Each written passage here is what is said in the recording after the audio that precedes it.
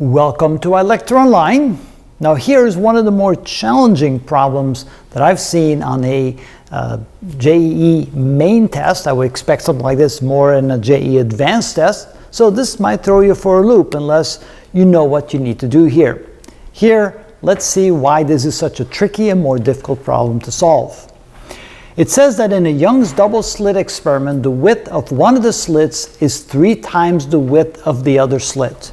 Wow, this kind of throws you for a loop because typically with a Young's double slit, the width of each of the two slits is exactly the same. You don't very often see a case where one slit is wider than the other, in this case 3 times the other. So they do tell us that the amplitude of the light coming from a slit is proportional to the slit width. Find the ratio of the maximum to the minimum intensity in the interference pattern. Okay, I guess we don't need the word is here. 4 possible answers. So how do you do that? Now I put the diagram on there, which didn't come with the question, to help us understand what's going on here. So I have 2 slits, one that has width A, the other one has width 3A, and they're distance D apart.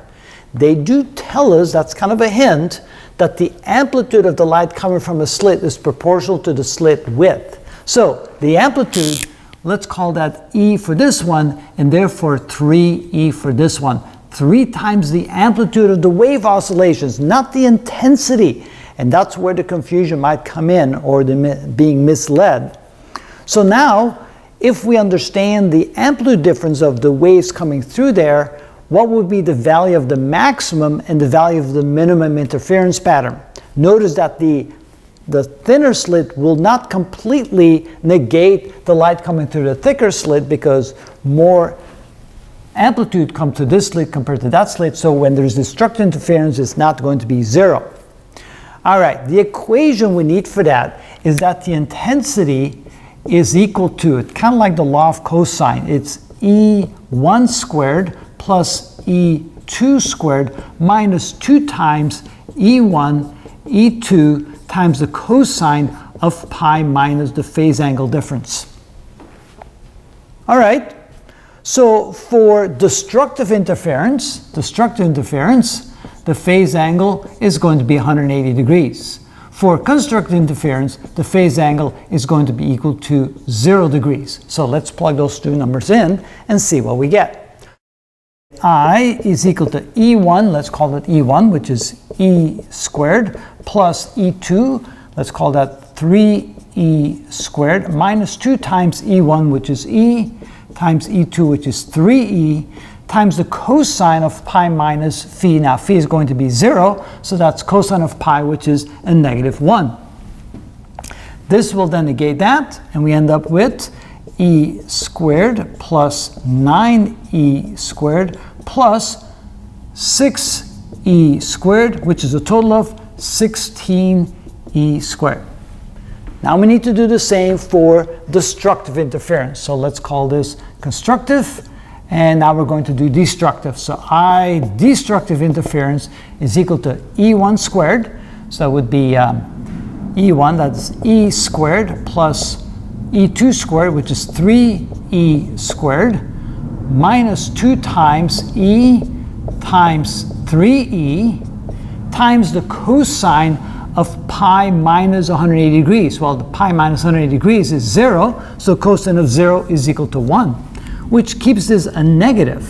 So we get E squared, that would be 1E squared plus 9E squared minus 6E squared, which is 4E squared. And now we can find the ratio of the 2. So I constructive divided by I destructive is going to be 16E squared divided by 4E squared, which is equal to 4 to 1. That's the ratio. The intensity of the constructive to the destructive interference is 4 to 1, which means that A is the correct answer. There's actually another way in which you could do it, perhaps quicker. This is the fundamental way of looking at that. But what you could also do is you could do the following. We could simply say we have E1 plus E2 quantity squared for I constructive, and for I destructive, we can say this is equal to E1 minus E2 quantity squared.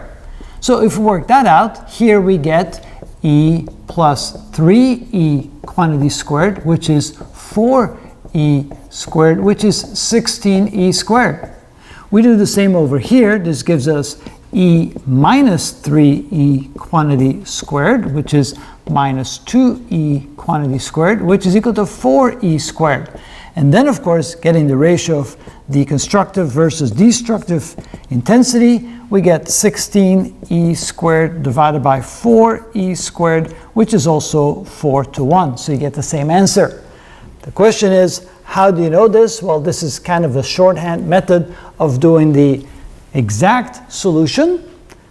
Either one, of course, works. If you remember this as the way to calculate that, then go ahead and do it. That's much faster. Or if you don't remember, simply use this equation to find constructive and destructive intensity of the two waveforms when they have different amplitudes, because that's what's important, and you get the same ratio. So either one will work.